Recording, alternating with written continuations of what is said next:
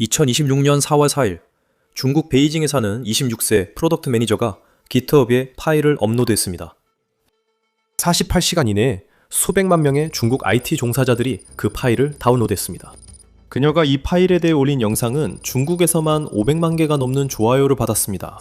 이 파일과 그와 함께 올라온 영상은 중국 경제에 수십억 달러의 피해를 입혔습니다. 가장 심각한 점은 중국 노동자들이 이 상황을 기뻐한다는 것입니다. 중국 공산당은 아직 이 도구를 금지하지 않았습니다. 그들은 이 파일을 올린 사람의 이름도 밝히지 않았습니다.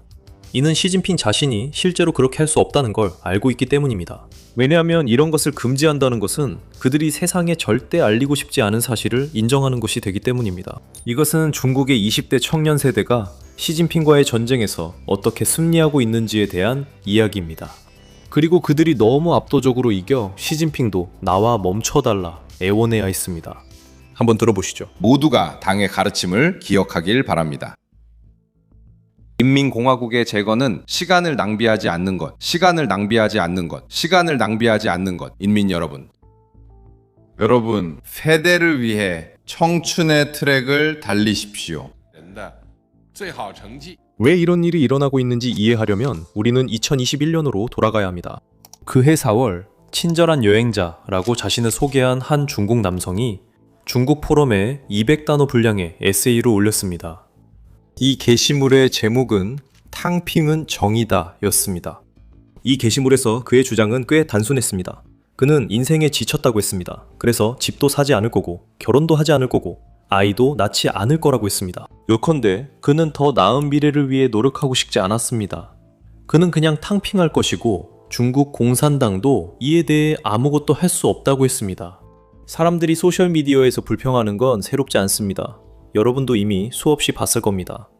이 글도 소셜미디어에 올라오는 수많은 인생 불평 글들처럼 조용히 사라졌어야 했습니다. 하지만 이 글은 수백만 번이나 다시 공유되었습니다. 그 이유는 이 글이 모든 젊은 중국인들이 느끼는 감정을 정확하게 표현했기 때문입니다. 보시다시피 지난 30년 동안 중국에서의 약속은 매우 단순했습니다. 아침 9시부터 밤 9시까지 주 6일 일하는 996 근무제였습니다. 시진핑이 자주 말하듯이 고생을 감수하면 그 대가로 부모님보다 더 부유해질 수 있었습니다. 많은 중국 시민들에게 이것은 훌륭한 거래였고 30년 동안 잘 작동해 왔습니다. 하지만 안타깝게도 이제는 더 이상 통하지 않습니다. 2023년 중국의 청년 실업률은 21%를 넘었습니다. 너무 높은 수치였기 때문에 중국 공산당은 더 이상 이 수치를 발표하지 않겠다고 발표했습니다. 그리고 1년 후 새로운 공식으로 다시 돌아왔습니다. 이 공식은 졸업한 학생들을 편리하게도 집계에서 제외했습니다.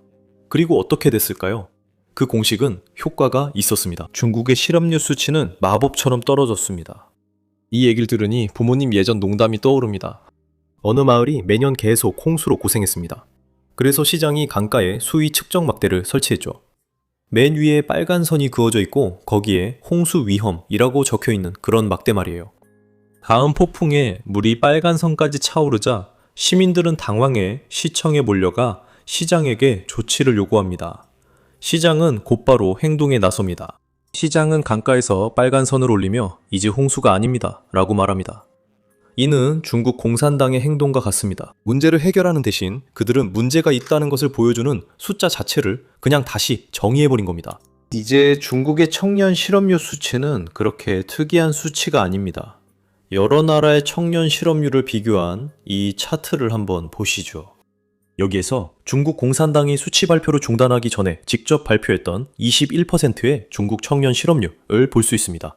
새 산출 방식 도입 후 중국 청년 실업률은 약 16%로 하락했습니다. 그리고 영국, 이탈리아, 칠레, 핀란드 등도 청년 실업률이 비슷해서 여러분은 이게 큰 문제가 아닐 수 있다고 생각할 수도 있습니다. 자, 여기서 중국의 규모가 여러 면에서 정말 큰 문제가 됩니다. 첫째로 이미 수백만 명의 실업자가 있습니다. 그런데 거기에 더해서 중국에는 1200만 명의 졸업생들이 지난 30년 중 최악의 취업시장에 진입하고 있습니다. 그리고 있잖아요. 내년에는 이보다 더 많은 졸업생들이 이 시장에 진입할 것으로 예상됩니다. 물론 이 졸업생들 대부분은 일자리를 찾게 되겠지만 하지만 그중 약 5분의 1은 실업 상태일 것으로 예상됩니다. 그리고 그건 정말 나쁜 일이죠.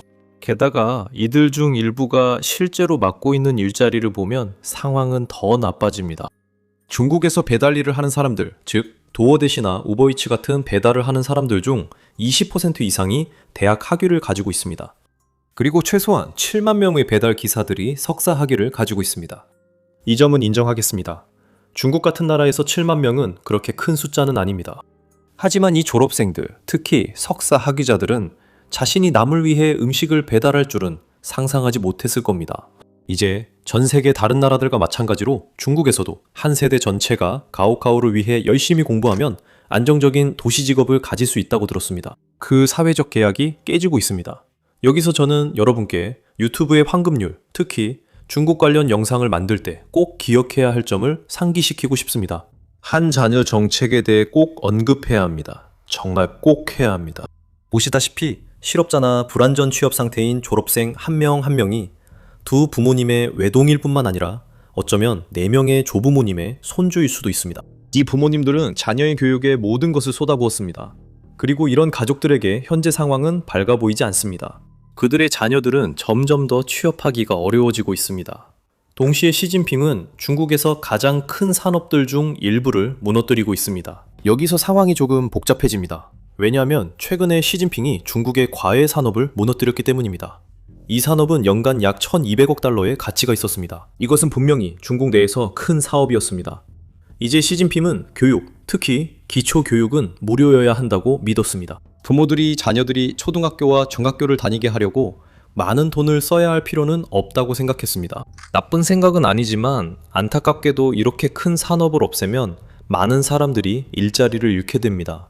게다가 새로운 일자리도 생기지 않습니다. 사실 이번 충격이 너무 심해서 시진핑은 이제 자신의 말을 번복하고 학원 산업에 대한 규제를 완화하고 있습니다. 결국 그는 이유 없이 혼란만 만들었습니다. 그리고 가장 큰 피해를 본 사람들은 물론 학원 업계 종사자들과 졸업 후 이 산업이 제공하는 일자리에 의존하는 젊은이들이었습니다.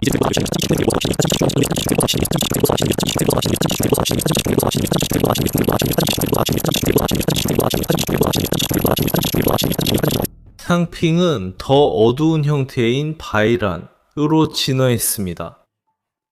탕핑이 나는 너희가 만든 게임에 참여하지 않겠다는 의미였다면 바이란은 나는 너희 게임에 참여하지 않을 뿐만 아니라 너희도 망했으면 좋겠다는 의미입니다. 2022년은 중국의 대규모 봉쇄, 즉 코로나 봉쇄가 있었던 해였습니다.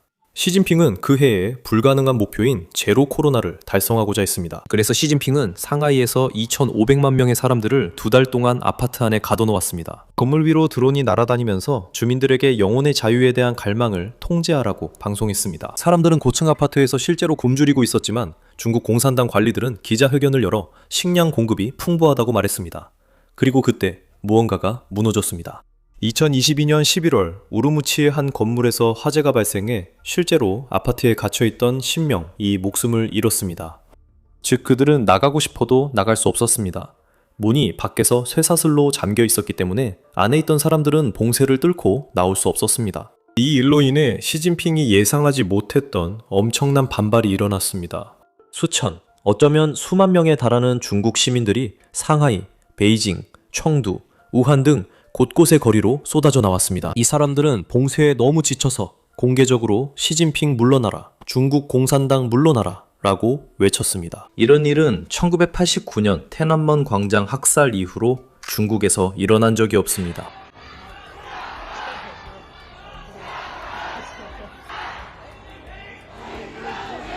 중국 공산당은 완전히 공황 상태에 빠졌습니다.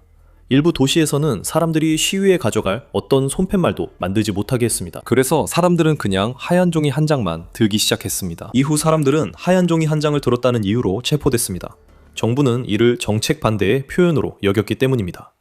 그런데 말이죠. 강경 진압에도 불구하고 이 방법은 효과가 있었습니다. 몇 주 만에 시진핑은 처음으로 전체 제로 코로나 정책을 포기했습니다. 한 번의 기자회견으로 중국 전체가 하룻밤 사이에 변했습니다. 시위대는 중국 공산당이 그들이 알기를 원하지 않았던 무언가를 배웠습니다. 반발이 충분히 강하면 정권도 움찔할 수 있다는 것이었습니다. 이것은 탕핑과 바이란이 계속 이어졌고 상황은 더 악화되었다는 뜻이었습니다. 2023년이 되자 바이란은 새로운 형태를 띄었습니다.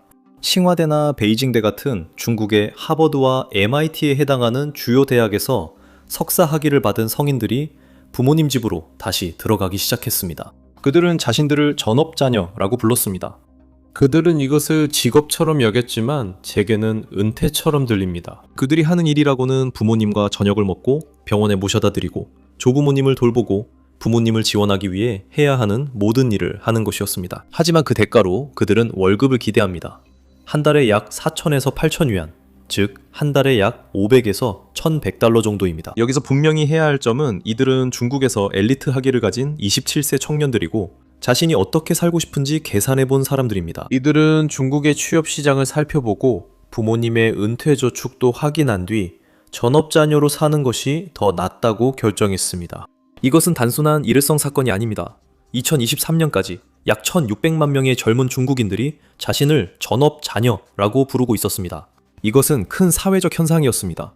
그리고 2025년이 되자 상황은 더 악화되었습니다. 바이라는 최종 형태인 G인간으로 진화했습니다. 해시태그 G인간. 중국 소셜미디어에서 1,000만의 이상 조회됐습니다. 자랑스러운 G인간이나 하루종일 침대에 있기와 같은 관련 해시태그들이 중국 소셜미디어에서 정기적으로 트렌드에 올랐지만 중국 공산당 검열관들이 이를 삭제했습니다. 그러면 이런 해시태그들은 이름만 조금 바꾼 새 변형으로 즉시 다시 게시되곤 했습니다. 스스로를 G인간이라고 부르는 사람들의 하루를 예로 들어볼게요. 이들은 대부분 직업이 없는 Z세대 청소년들입니다. 그래서 이들의 일상은 아침에 일어난 후 침대에 3시간 동안 누워있다가 그 다음에 잠깐 씻고 다시 5시간 더 자는 것으로 이루어져 있습니다. 저녁에 부모님이 깨울 때까지 아무것도 먹지 않고 있다가 이 모든 사이클이 계속 반복됩니다. 이들은 저녁을 먹고 다시 잠자리에 들었다가 다음날 아침에 일어나서 더 오래 침대에 머무릅니다. 그리고 다시 저녁을 먹기 위해 일어나야 할 때까지 침대에 그냥 누워 있습니다. 기본적으로 쥐처럼 사는 거죠. 빚, 리듬, 그리고 사회적 기대를 피합니다. 이 모든 것이 실제로 경제에 영향을 미치고 있습니다. 그리고 저는 쥐 인간들만 말하는 게 아니라 전체적인 상황을 말하는 겁니다. 썩개두기, 바이란, 그리고 G인간입니다. 이것이 경제에 타격을 주고 있고 그로 인해 노동시장에 진입하려는 학생들의 상황이 더 나빠지고 있습니다. 그래서 이런 학생들 중 일부는 사실상 시도조차 포기한 사람들의 집단에 합류하게 되는 겁니다. 실제로 2024년 말에 가오셩원이라는 중국 경제학자가 사람들이 속으로만 생각하던 말을 공개적으로 했습니다. 상장에서 열린 투자자 회의 연설 중에 그는 3가지 큰 폭탄 발언을 했습니다. 첫 번째는 중국의 GDP 성장률이 매년 약 3%포인트씩 과대평가되어 왔다는 것입니다. 이것은 중대한 결과를 초래합니다. 그는 기본적으로 지난 3년간의 중국 경제 기적이 대부분 통계적인 허구였다고 말한 셈입니다. 그것은 거짓말이며 약 4,050만 명, 이 일자리가 필요하지만 없습니다.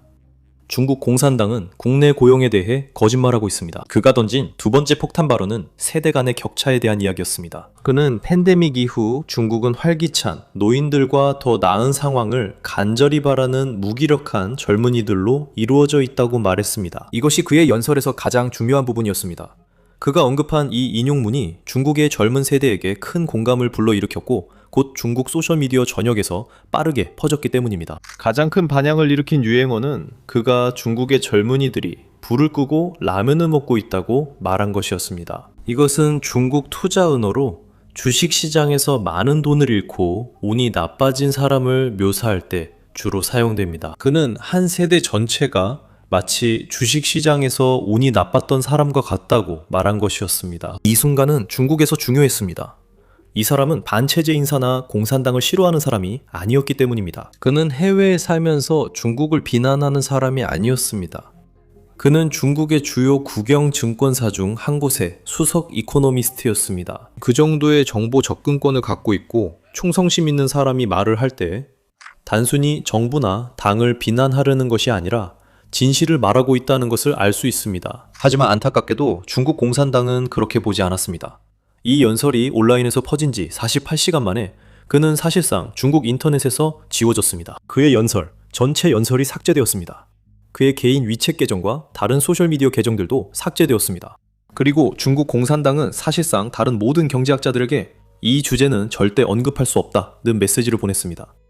그는 진실이라 믿는 말을 했을 뿐인데 중국 공산당에게는 그것이 너무 과했습니다. 이 모든 이야기는 다시 2026년 4월 4일 영상 시작 부분에서 언급했던 GitHub 업로드로 돌아갑니다. 그 도구는 이 여자 코키주가 공개했습니다. 그녀는 26세입니다. 베이징에 거주하는 AI 제품 매니저입니다. 그리고 그녀가 무엇을 공개했는지 이해하려면 지난 몇 달 동안 중국 기술 노동자들에게 무슨 일이 일어났는지 알아야 합니다.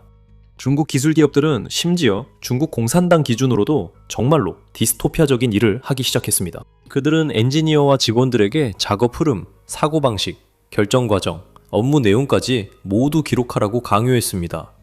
회사는 이를 AI 도구로 모아 최종적으로 AI 에이전트로 정제하려 했습니다. 그렇게 하면 모든 직원을 해고하거나 최소한 회사의 인원을 줄일 수 있습니다. 즉, 중국 노동자들에게 일자리가 줄어드는 것이죠. 직원들은 이 상황을 두려워했습니다. 직장에서 상사가 일을 시킨다고 상상해 보세요. 물론 당신은 일을 잘하고 싶겠지만 마음 한구석에는 당신이 하는 모든 일을 AI가 추적하고 있다는 걸 알고 있습니다. 그래서 언젠가는 그 AI가 당신을 대체할 수도 있죠. 이것이 GitHub 도구가 유명해진 이유입니다.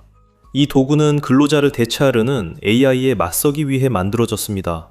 작동 방식을 설명하겠습니다. 이 도구는 라이트, 미디엄, 헤비 사보타주 세 가지 모드가 있습니다. 상사가 당신을 얼마나 면밀히 감시하느냐에 따라 당신의 모든 움직임을 추적하는 AI가 정보를 얻게 됩니다. 자료와 데이터가 너무 의도적으로 왜곡되고 기본적으로 잘못되어서 이 데이터를 사용해 만들어진 AI 에이전트는 쓸모가 없게 됩니다. 그리고 제대로만 하면 이 에이전트나 도구가 만들어내는 기록이 매우 진짜처럼 보여서 상사는 당신이 뭘 잘못했는지 전혀 알아차릴 수 없을 겁니다. 실제로 코키추는 MIT 테크놀로지 리뷰와의 인터뷰에서 이렇게 말했습니다. 인용하자면 원래는 오피니언 기고문을 쓰고 싶었지만 이 문제에 맞서 싸울 수 있는 무언가를 만드는 것이 더 유용하다고 판단했습니다.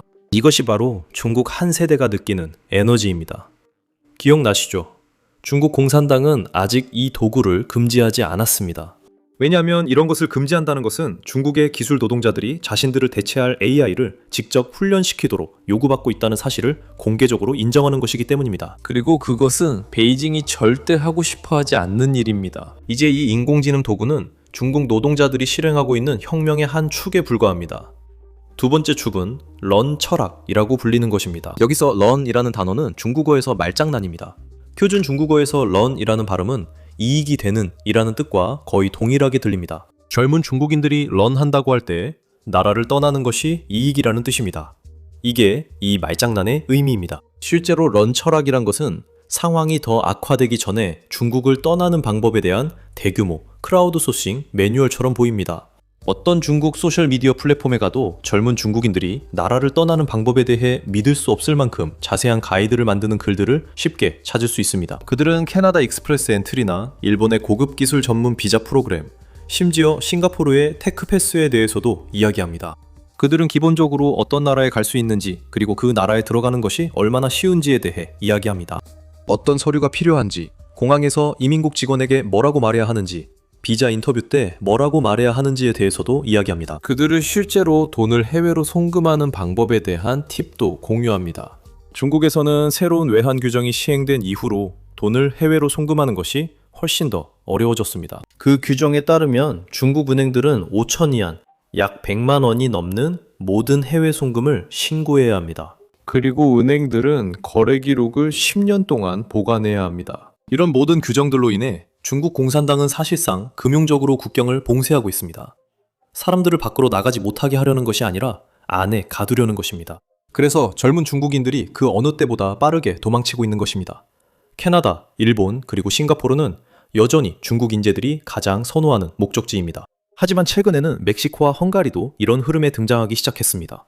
그리고 여러분, 베이징이 이 모든 상황에 어떻게 대응하고 있는지 듣고 싶으시죠? 이건 피델 카스트로 치아 쿠바와 매우 비슷합니다. 베이징은 넌 철학을 비의 국적이라고 낙인 찍었습니다. 이건 역사상 모든 몰락하는 정권이 이민자들을 묘사할 때 사용했던 바로 그 단어와 똑같습니다.